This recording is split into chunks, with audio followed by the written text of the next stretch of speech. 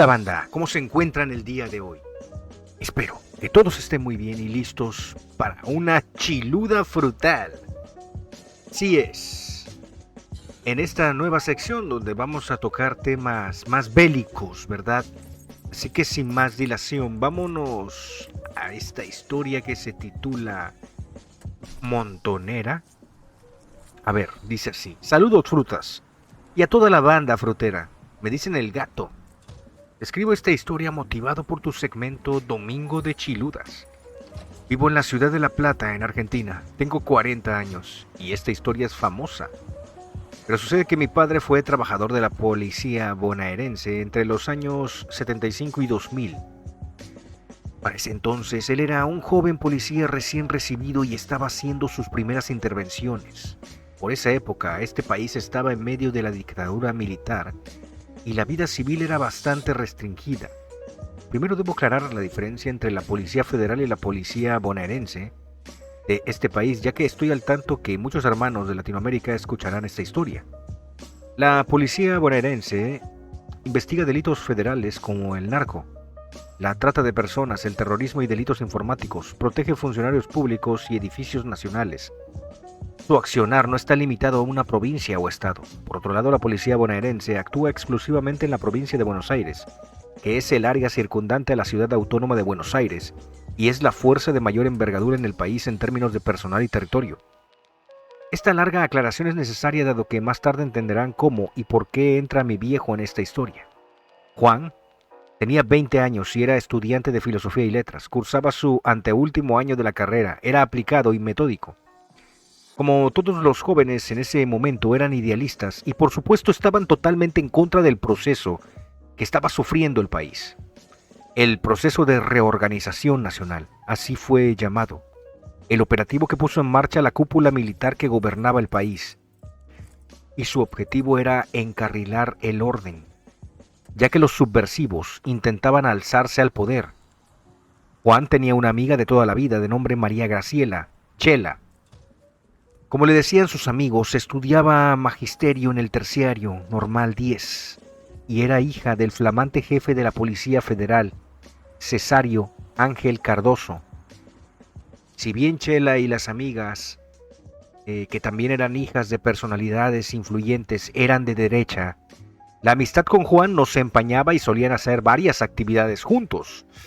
La clásica que tiene un amigo hippie apestoso, ¿no? Un zurdo, porque de esos son todos los que estudian filosofía y letras, y eso te lo echa a perder, pero ya sé para dónde va esto. Aquí a las reuniones universitarias les llamamos peñas. Un viernes en la peña de la facultad, Juan, ya un tanto alegre por la bebida, conoce a una joven flaquita, tímida y callada de 18 años, de nombre Ana María, con quien desarrolla un rápido noviazgo. Increíblemente coincidían en todos los gustos. Ese tipo de personalidades no se ven todos los días. Casualmente Ana María, quien daba clases de inglés a los chicos del segundo grado del colegio privado de San Francisco, estudiaba el ingreso a magisterio exactamente igual que Chela. Juan sabía que ellas tenían ideologías un tanto diferentes. Por un lado, Ana María simpatizaba con la izquierda dado que venía de una familia pobre y peronista, sin muchos lujos y muy sencilla. Por el otro, Chela estaba más ligada a la opulencia y a los apellidos tradicionales de esa época. A pesar de todo, Juan decide presentarlas, dado la afinidad en común, escribir versos y poesía.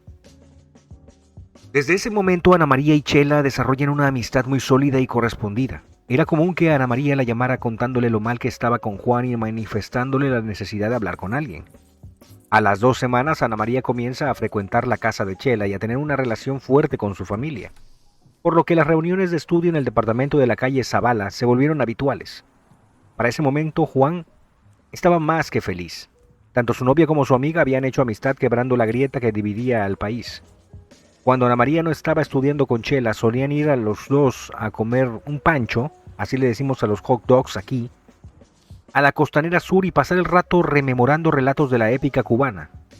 El 17 de junio del 76 a media tarde, Ana María González se apersona en el edificio de calle Zavala, 1762, del barrio de Belgrano, y sube al segundo B, donde vivía la familia Cardoso, tal como otras tantas veces lo había hecho.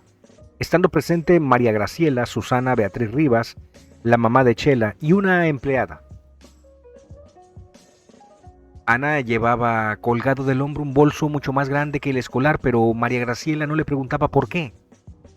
Entre charla va, charla viene, Ana le confiesa que se peleó con Juan, pero quería hablarle por teléfono y le pide permiso a Chela para usarlo. Susana, la mamá, acepta y le indica que el teléfono está en nuestro dormitorio. Resulta que la familia tenía 2 aparatos telefónicos y creyó que si usaba el de la habitación de ellos, tendrían más privacidad. Ana, serena y con una frialdad calculada, se encamina hasta el lugar. Lleva en sus manos una caja de colonia Crandall. Dentro de la caja se encuentran 700 gramos de trotil y un mecanismo de relojería. Mira nada más. En la habitación se encontraba el papá, Cesario, durmiendo. Ana primero va al baño y acciona el mecanismo. A continuación coloca el caño de 15 centímetros debajo de la cama y se retira. A los pocos metros se da cuenta que había puesto el artefacto demasiado abajo. Así que vuelve y con una precisión de samurái lo coloca a la altura de la cabeza de Cardoso. Acto seguido, Ana le manifiesta a Chela que se sentía mal. Completa unos dibujos y se retira del lugar. Me están dando estos escalofríos, loco, de leer eso, te lo juro. Es que estoy sintiendo una desesperación. A la 1:36 del 18 de junio, una aterradora explosión hace temblar el departamento. La bomba vietnamita destroza el cuerpo del general Cardoso de 50 años. Casi demuele la habitación y la mitad de los muebles quedan carbonizados. Hay sangre de Cardoso hasta en el techo, y su mujer se salva de casualidad, ya que decide acostarse más tarde que su esposo. Ana María nos traicionó, le grita María Graciela a Juan por teléfono. Inmediatamente se libra un mecanismo cerrojo para dar con la guerrillera. Allanan la casa de sus padres y en medio de la desinformación cae Juan en la volteada que, si bien él era estudiante de filosofía, no era un miembro activo del partido. Hermano, si eres estudiante de filosofía, eres un miembro activo hasta del Partido Comunista Chino. Así que qué bueno que lo detuvieron. De un día para el otro, a él no le ven más en el barrio, y aquí es donde entra mi viejo. A Juan lo trasladan a la comisaría Quinta de La Plata, que funcionó como centro clandestino de detención y maternidad clandestina entre los años 1976 y 1978.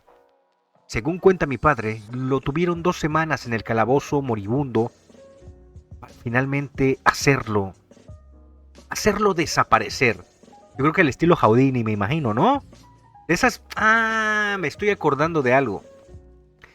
Nosotros tenemos un amigo, un buen amigo, conocido como el Sargento 36, que él nos ha contado que hay una agencia de viajes, hay una agencia de viajes que tiene trámites especiales con ciertos gobiernos, ¿no? Trabaja con México, sé que ha trabajado con Chile y supongo que trabajó con Argentina, por supuesto, donde ellos te hacen unos viajes, o sea, hay personas que se hacen acreedoras o ganadoras a estos viajes a una isla paradisiaca. Es un viaje de ida. Normalmente es tan hermoso el lugar, es tan precioso. De hecho, es un lugar tan bello que la gente no vuelve nunca más. Esa es la realidad de esto. Yo creo que a esto se refiere, ¿no? Con esto de que lo hacen desaparecer. Dice, luego se supo que Juan era inocente y no formaba parte del movimiento subversivo. No importa, hermano, ya ahora está en un lugar mejor donde hay un parque interactivo donde se la pasan muy bien todos. El 4 de enero del 77 a las 10:30 de la mañana, 7 meses después del crimen de Ana María González, prófuga, viajaba en un auto con 2 hombres de la banda Montoneros, cuando a la altura de la fábrica Chrysler en San Justo, una patrulla de control de tránsito intentó detenerlos. Desde el auto respondieron a balazos, matando al conscripto Guillermo Dimitri, y como réplica de los uniformados del retén, fueron heridos los hombres del auto y Ana María. Los hombres del auto y Ana María lograron huir a un refugio, pero ella muere horas más tarde y otros miembros de la organización creman su cuerpo. Para finalizar, Frutas, esta historia de traición nos deja como parábola hasta dónde pueden ser capaces las mujeres, los seres de luz, de frías y calculadoras, ganándose la confianza de las personas y causando los crímenes más horribles. Así fue la historia de Juan, que terminó nadando en el río por una almeja usada. En cuanto a mi viejo, está jubilado hace 20 años, y pasa sus días recordando estas páginas oscuras de la historia de Argentina. Te mando un abrazo y ojalá pasen mi relato. Muchas gracias, mi hermano, y tremenda historia. Si hay algún brother de Argentina, así como, o igual tú, o sea, si tienes más historias como estas, compártelas, pero si hay alguien, algún argentino por ahí que tenga una historia brutal así, por favor no dudes en compartirla, que para esto tenemos una sección especial llamada Domingo de Chiludas, donde compartimos esta clase de relatos específicos que son más que nada un poco más bélicos, ¿no? Un poco más explosivos. Así que por favor no duden en compartirlas. Recuerden que el mail de contacto lo puedes ubicar en la descripción de este video y de los videos anteriores también. Ahí me puedes enviar tus historias, tus relatos, tus anécdotas y preguntas también, ¿por qué no? En fin, que muchísimas gracias, hermano. Te mando un abrazo para ti, para tu papá. Cuídense mucho. No confíen en viejas pendejas. Y bueno.